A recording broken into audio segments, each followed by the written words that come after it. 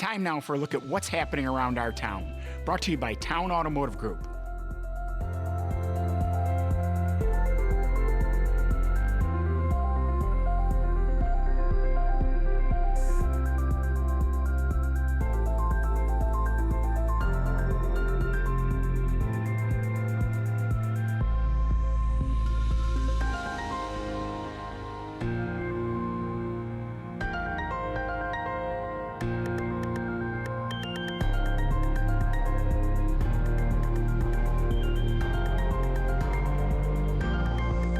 It's 11 o'clock. Unleash the healing power of hope at Roswell Park Comprehensive Cancer Center.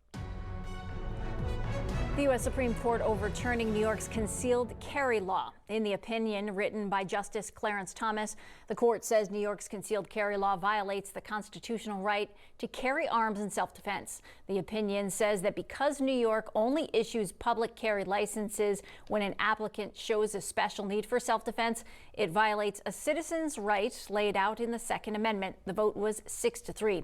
Governor Kathy Hochul speaking on this moments ago. Here are her comments.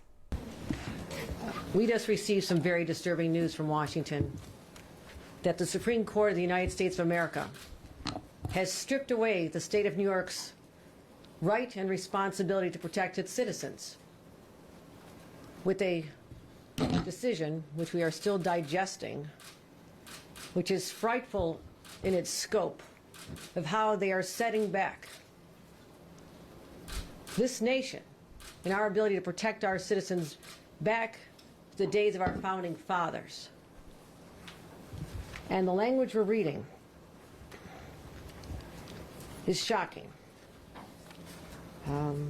I will make some remarks as my counsel finds the exact language I want to. Where's Liz? We had language. I want to read this because I think everyone should know what just happened here. Highlighted language.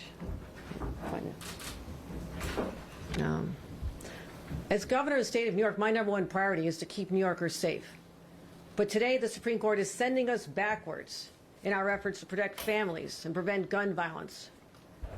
And it's particularly painful that this came down at this moment when we're still dealing with families in pain from mass shootings that have occurred, the loss of life, their beloved children and grandchildren. Today, the Supreme Court struck down a New York law that limits who can carry concealed weapons. Does everyone understand what a concealed weapon means? That you have no forewarning, that someone can hide a weapon on them and go into our subways, go into our grocery stores like stores up in Buffalo, New York, where I'm from, go into a school in Parkland or Uvalde. This could place millions of New Yorkers in harm's way. And this is at a time when we're still mourning the loss of lives, as I just mentioned. This decision isn't just reckless, it's reprehensible. It's not what New Yorkers want. And we should have the right of determination of what we want to do in terms of our gun laws in our state. If the federal government will not have sweeping laws to protect us, then our states and our governors have a moral responsibility to do what we can and have laws that protect our citizens because of what is going on, the insanity of the gun culture that has now possessed everyone all the way up to even to the Supreme Court. The law we're talking about has been in place since the early 1900s. And now to have our ability to determine who is eligible for a concealed carry permit. This is not an ordinary permit. This is a special use that you can hide it from people. We have limitations if it's for a proper cause, someone who's been threatened, someone who needs it for their job as a security guard. We have classifications where it is allowed and have been allowed for over 100 years. But we do not need people entering our subways, our restaurants, our movie theaters with concealed weapons. We don't need more guns on our streets. We're already dealing with a major gun violence crisis. We don't need to add more fuel to this fire. But I will tell New Yorkers, we've been ready for this. We feared this day would come, and it came. At this very moment, we were about to sign a law into place, the origins of which was the loss of a 14-year-old child, Alyssa, in her school. The confluence of these two events is shocking. But again, I'm going to reassure this state. We are reading the language as we speak. We've been preparing, but we have been working with a team of experts, legal experts from all over this country, and organizations like Everytown, true leaders, to make sure that we are prepared. I'm prepared to call the legislature back into session to deal with this. We've been in contact with the leadership. We're just looking at dates. Everyone wants a little bit of time to digest this. But I will say we are not powerless in this situation. We're not going to cede our rights that easily, despite the best efforts of the politicized Supreme Court of the United States of America. We have the power of the pen, and I just want to read some language here. Apparently,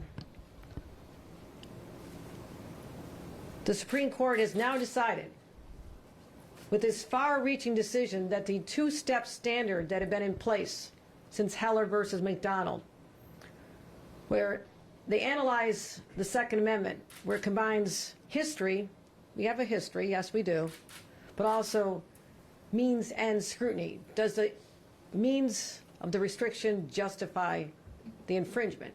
And most people would say, yes, we have a right to protect people from gun violence. But I'll simply say in our very quick analysis, because this is only minutes old, they have now said that the government must demonstrate that the regulation is consistent with this nation's historical tradition of firearm regulation. That's it. No longer can we strike the balance.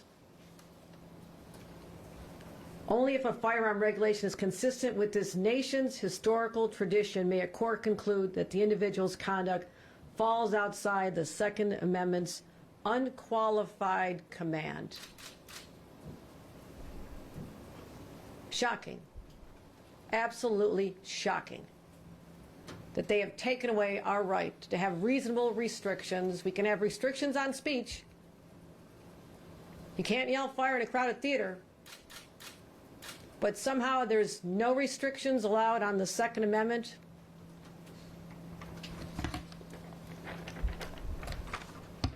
This is New York. We don't back down. We fight back.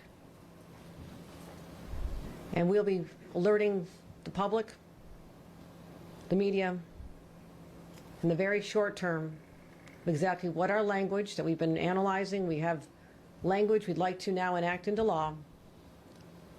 We'll be sharing that with the leaders. And I'm sorry this dark day has come. That we're supposed to go back to what was in place since 1788 when the Constitution of the United States of America was ratified. And I would like to point out to the Supreme Court justices that the only weapons at the time were muskets. I'm prepared to go back to muskets. I don't think they envision the high-capacity assault weapon magazines intended for battlefields as being covered from it, but I guess we're just going to have to disagree. So I'll return to our purpose of being here and let people know that our new laws are going to be looking at restrictions on sensitive locations, changing the permitting process, creating a threshold for those. We're going to have training requirements. We're going to make sure that people have concealed weapons as specified training. We have a whole lot of ideas. And also look at a system where businesses and private property owners would have the right to protect themselves. So stay tuned. Stay tuned. We're just getting started here. You were just listening to Governor Kathy Hochul after news that the U.S. Supreme Court decided to overturn New York's concealed carry law. We'll continue to follow this story throughout the day.